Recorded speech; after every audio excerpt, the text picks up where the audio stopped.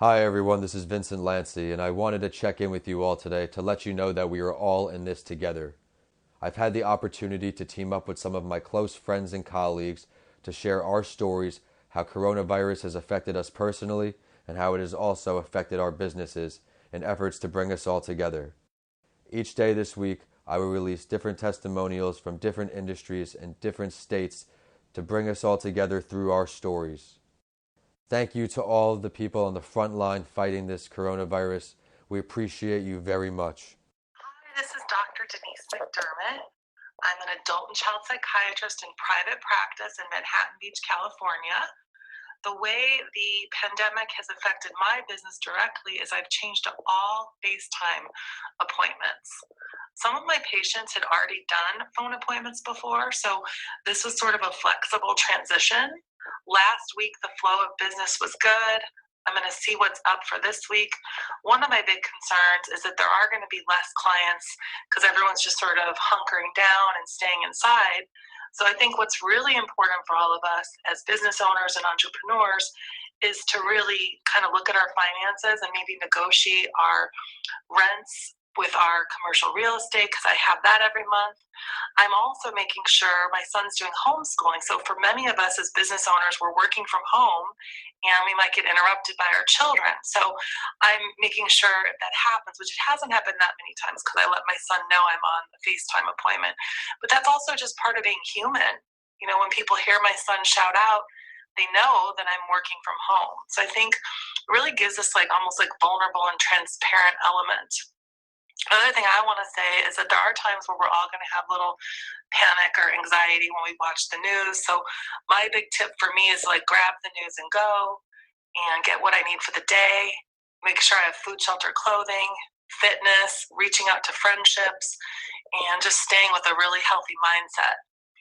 Also really important when we have our own businesses to make sure we look at our financial portfolios and make decisions. So thank you, and thank you, Vince, for getting all of us together like this. Really appreciate you. Thank you. Hey Vin, it's your longtime friend Sam Hager here.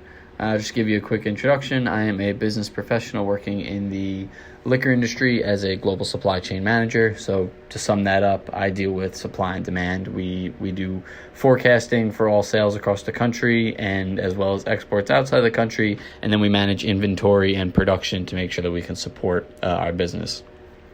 So overall, the last few weeks have definitely been pretty crazy. The one thing I wanted to point out for my industry is that liquor and alcohol has been deemed an essential product. So all liquor stores across the country are still open.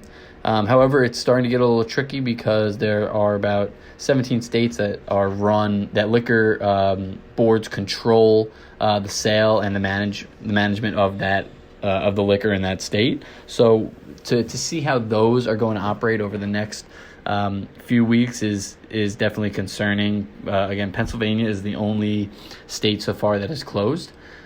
So for us, we're still trying to produce and keep up with demand with everyone going into the stores and kind of cleaning out the shelves.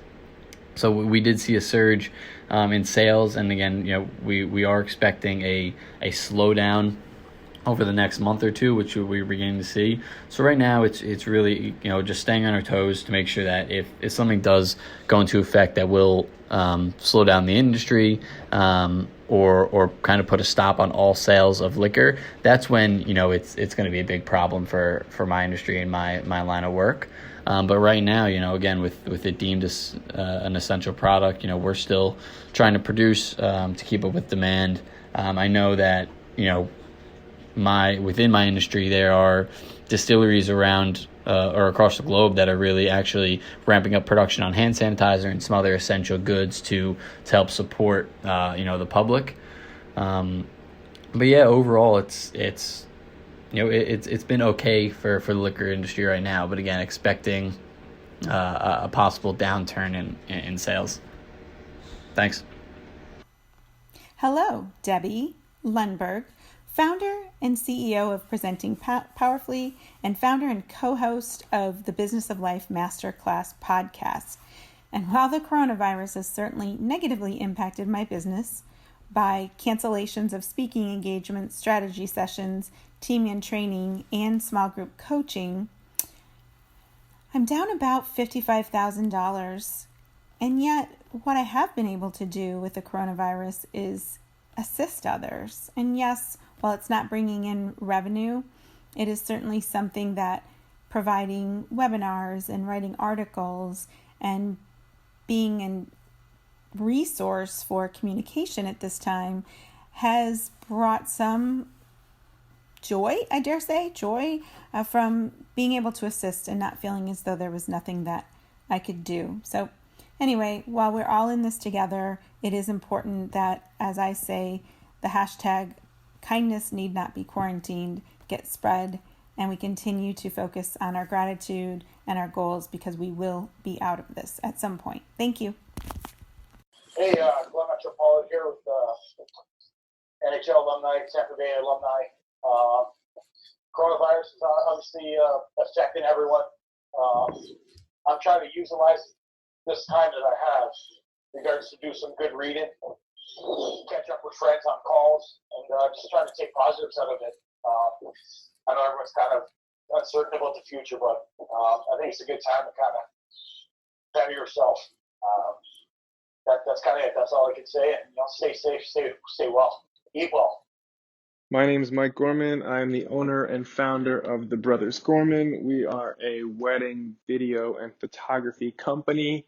How coronavirus has affected my business is basically new leads have stopped, so definitely a lot less people are booking weddings right now. They still are, but definitely a lot less.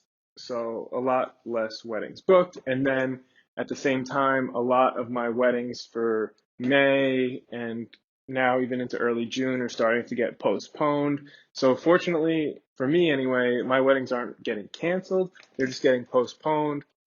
So instead of having weddings spread throughout the summer and fall, now I just sort of have a ton of weddings in a row, like Friday, Saturday, Sunday type deal. So definitely going to be a bit more work. But fortunately, I'm one of the lucky small business owners where this coronavirus hasn't affected me that much.